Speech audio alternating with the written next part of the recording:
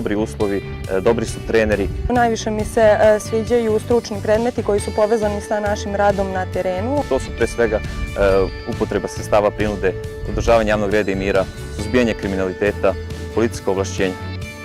Želeo bih da pozovem sve one kojima je ovaj poziv u srcu da dođu, da se prijave, svi oni koji žele da služe Republici Srbiji, da se zajedno borimo protiv kriminaliteta kako bismo našu decu i našu zajednicu učinili bezbednijom.